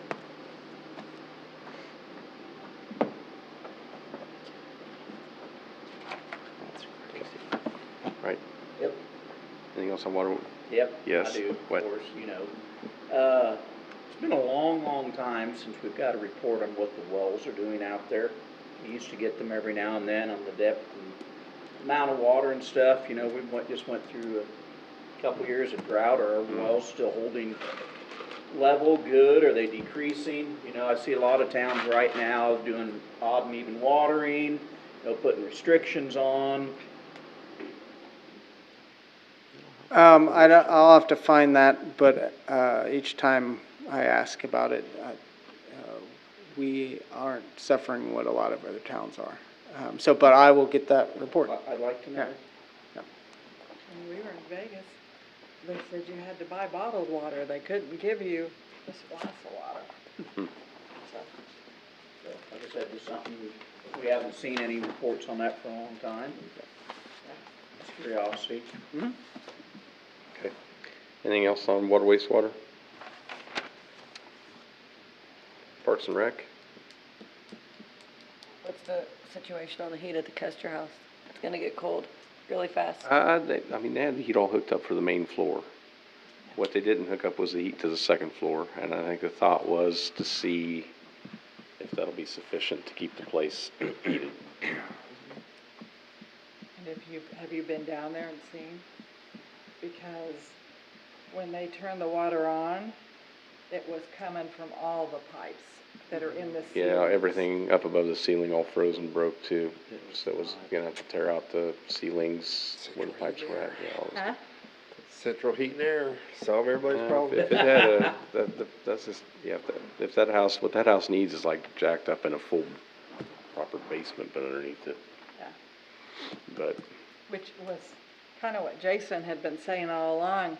They're gonna turn that water on and it's gonna be more than just that, so. and when pipes freeze, it's never as simple. So as like the two heat is places. on. The heat is able to be turned on. Right. And we are anticipating the heat from the base floor to rise to at least keep a moderate temperature throughout the It house. should rise, and there's no water to that, because all the lines up to that second floor got capped because they froze too. So there's no water up to that second floor anymore. It's just, the bathroom's there for looks. It's not functional, so it should be fine. If it doesn't, then we'll have to figure it out. But, Works at my house. yeah. Oh, what? I said it works at my Yeah, house. I don't there's have a lot heat of upstairs. houses that don't have any heat going to the second floor. That one's kind of, to tell you the truth, kind of odd that it, I I mean, it did. But, They had money. yeah. Anything else on Parks and Rec? Yes, Yeah, so, so- go ahead, Bart. Did they show up for the pool? Yes. Yep. Rising early, whatever that is. They came early. They were jackhammering when I went by at 9 Yep. o'clock. They were here last week determining where they needed to dig. And then they showed up today to start digging. And then the surprises will start. Correct. We don't want any surprises. That was my question. No, we don't want They surprises. got deep enough to The find whole anything pool's a yet. surprise. The one I'm thinking where they found it, because it was where he put the square, and I went back and looked at my pictures, is where it's in the new concrete, but it's where we didn't dig any further than below the concrete. So there's a pipe, 10-inch pipe that spouts at the bottom of where we dug before. Oh, it sits down. It was where the major leak from that small pipe was, if you remember that. Yeah. The One that run across the back side of the bathhouse. yeah, that black pipe that ran across the Yeah. backside of the back, whatever the pipe it's attached to is my guess, but you can't, we don't know until it gets down there. So the reason we're leaving water in the pool so they can kick it on if. They wanted it on. Yeah, So when they kick it on, they can see where it's blowing out at. Yes. So. Okay. They are working on that. Also on the pool, I mean, I know it just closed, but are we working on staffing for next year? Just making sure. I know made a plea to the high school today when I was at the breakfast, that if there might be teachers or anybody who would like to have a management team of several, if they, in this summer or whatever, and I ask about the kids, being required to play sports all summer for their high school teams in leagues. And I was told by the athletic director that when Keisha changed that law 10 years ago, that they can practice all summer, and that's exactly what happened. That they all play in Yep. leagues all summer. So Can I did make a play, plea. I did make a plea to them, saying, we'd love teachers or whatever, if you want to be a management team, more than one, whatever. We'll see what comes out of it. Yeah, maybe. I mean, and it's out there. I mean, even now, if anybody wants to, we'll We're take taking you through pool applications. school, and they start in February training. So you can start getting your lifeguard certificate in February already, if you would choose to, and if you have to recertify, what we try to get the information to them. But if there is anybody out there, and if there's an adult that wants to do it that's retired, that's okay too. We'd be interested in anybody that would, we'll help train you. Last couple times I was down, I noticed our lounges are getting, We've thrown all of them away, but I think there's 5 left. So we know we have to do something, but we didn't know how long we were gonna be open this year, and with the water situation and all the other, that we know we have to look at that. I wondered what Yeah. happened because. Yeah, and they threw some more of them away when they closed this year. And we're gonna have to get a diving board too. One of them was in pretty bad shape, so they're just things we have to update. And we can meet on that anytime you want in the winter if we want to. If somebody has ideas of what they think we should change them to, there might be better ways than those plastic chairs. Right. Seneca had metal ones, but there was still even a couple of those were broke. And some of them, parents have asked for benches, so they could put their kids and put their shoes on and all of that. One lay-down chair, you can put your kids, some of it isn't necessarily, so there are other options, and we can have a Parks and Rec meeting and look at that if you want to. But yes, please, anybody interested that want to work at the pool, we will help any way we can. Anything else on Parks and Rec? I think, is it now the time to get the wheels start turning on what we want to do with the bathrooms at the city park? I mean, we're going into fall and winter, which is probably less time it gets used. And can we start that, go ahead and re-look at that process again? No, we can't. I mean, last thing, I think we looked at a prefab building, and that was crazy expensive, so, I don't know. I thought the last discussion was renovating. We put an amount of money in next year's budget, that probably wouldn't give you half of a new bathroom, but it would update the existing bathroom. Guess we'll throw that on the Parks meeting too. Okay. Okay, anything else on Parks and Rec? Cemetery and Airport? Police and Fire? Oh, I do have some from the cemetery. Yeah. It's about the sign about keeping flowers and stuff off the side of the tombstone. That's Yeah. not part of the tombstone. They're having a lot of problems with mowing the grass and stuff around that. I don't know if the sign's too small, it needs to be bigger, but people ain't reading them, or, I mean, I don't know how to. People don't care. Probably just don't I don't think care, you're yeah. gonna remedy that at all.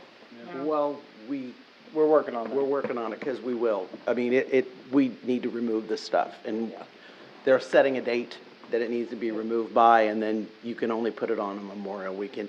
There's so much It's gotten out of control. trinkets, and you can't weed eat. You can't do anything around it, because they're only supposed to be in the vase or on Memorial Weekend and then off by June 10th. So we had some that had lights all around them, and they just can't mow or weed eat. And so we need to enforce, we've had that rule for at least, well, before I got here, it's been the same rule. So we need to enforce that. Was there in '83 when I moved out there? Yeah, I was gonna say, and so we just need to enforce that they cannot put anything on the graves unless it's in the vases and the headstones, unless it's over the, they're just not a way. They just can't.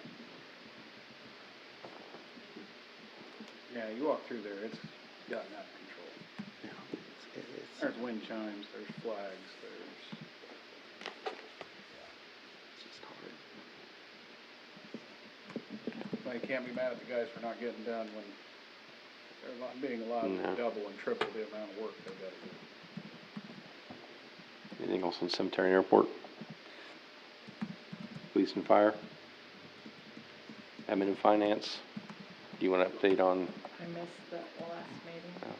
Did you go to the last? What meeting? Well, Actually, it's not. I'm talking admin to, and finance, it's just- yeah, that's the only I was one you talking that one we went to. Yeah, that one we went to. I don't know, I'm asking because I know your memory's better than mine. You think so? No, I know it is. We went, Jason and I went, on. It's been a What few was weeks that? ago. It's been like right after last Or council the day meeting. I went to Vegas, the 27th of July at 8 in the morning, and there was, Chamber Main Street were there, and Convention and Tourism, and we talked about, what the process we were gonna do for advertising. The next meeting, they want us to bring the contract, and we told them that, they might consider separating, because the job description had basically combined duties. And there's some that are,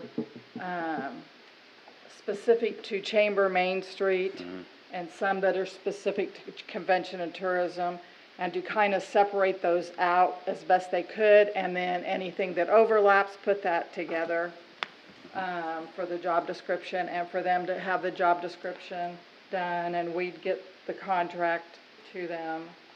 And then kind of, we talked about how to do like an oversight, who's responsible for policing what the Chamber Main Street and Convention and Tourism person does.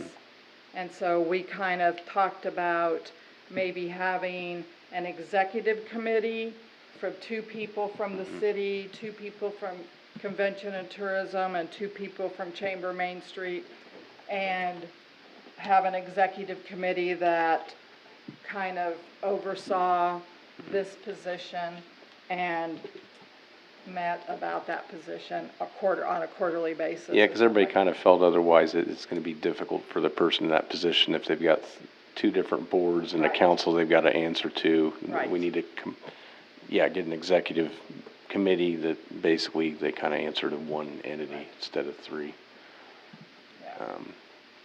And I can't remember when we're supposed to meet again. I can't remember when it was gonna be. Put it in my phone, but I couldn't find it. I might have put it in mine, I can't remember. I have to look. Because didn't we want,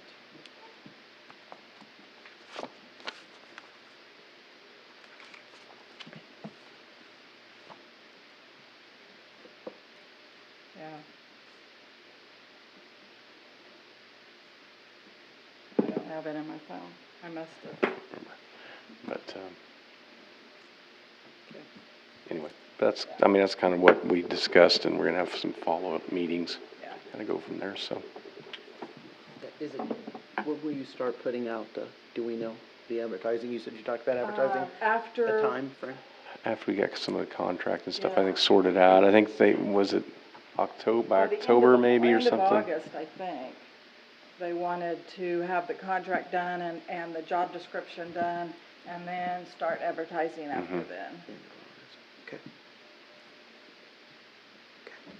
Which contract are you guys talking The contract with the, Convention and Tourism Director that we have in present. So you're not talking about the contract that Chamber and Convention and a little bit of the money change?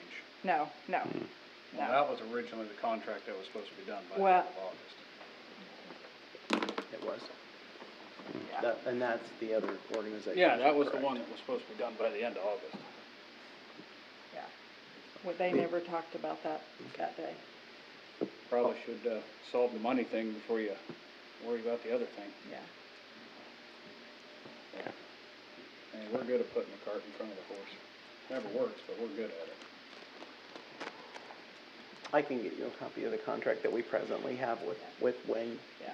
That we've used in the past with Michelle and Toby, so. You're talking about where Rachel said that they might lower the chamber. The money changes. Right. Yeah, and I don't, Yeah, they were gonna look at their contract and bring it to us, cause they bring it to us, and I don't, no, I've not heard anything Right. about that.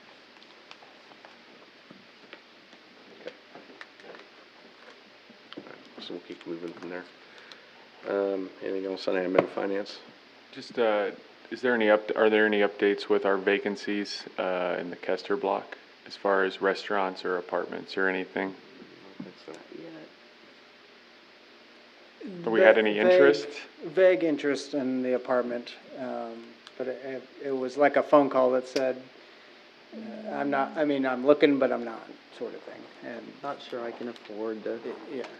But, Are we actively marketing it, or are we just kind of see what happens? we had been cleaning it up, we haven't been actively marketing it. It still needs a few different things that we have, just some small things that, need to be taken care of. In the restaurant, we tried for a while and then we didn't.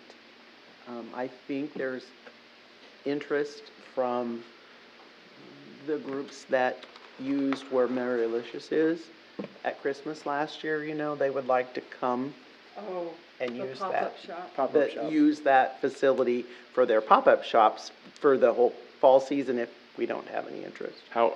That would showcase it and maybe somebody would get interested. So we were actively marketing it? Yeah. We were. How were we marketing if I don't? I'm It not- was in the paper, and we had some, real estate agents that called some people, and that was how, and we can put it back out there if you have any suggestions. I hate I don't seeing it care. empty, it's not I know, making it. I know, it's and just I thought, costing well, us maybe money. that Doesn't would even be make us money. kinda awesome for them to showcase it we're almost to the fall Christmas thing, and for those. That's optimistic, it's still hot as HE. Yeah. We're almost to Christmas. It was cold this morning for us old people. Well, that's the oddity. Okay, I just, maybe if somebody goes in there, sees it, whatever, it will give them an idea that they can, it doesn't have to be a restaurant. We're not cooling it right now or anything. Within reason. I mean, just We're holding. conditioning it minimally. Yes, we're not, keeping the humidity down a little. Okay. So the wallpaper don't fall off the wall. That would be kind of cool to have that pop-up shops down there because they could It's have all the different rooms. Yep. Right. So I was just hoping that maybe That that center, would yeah, bring that center interest. hallway really takes you to places, so, yeah. All right, anything else on admin and finance? We don't have any appointments, the city attorney's not here, do we have any reason to go into executive session? Roundtable, Todd? Nothing. Jeff? Lori? Nothing. Keith? No. Kyle? No, sir. Parker? No. Colleen? Kevin? both my piece. I don't have anything. Move to adjourn. Second. Second. All in favor, say aye. Aye. Opposed? 4 seconds. Second. Yeah, what? So how do I record that, guys? However Just you pick want. one, right? Just pick one. I said no. Oh, okay.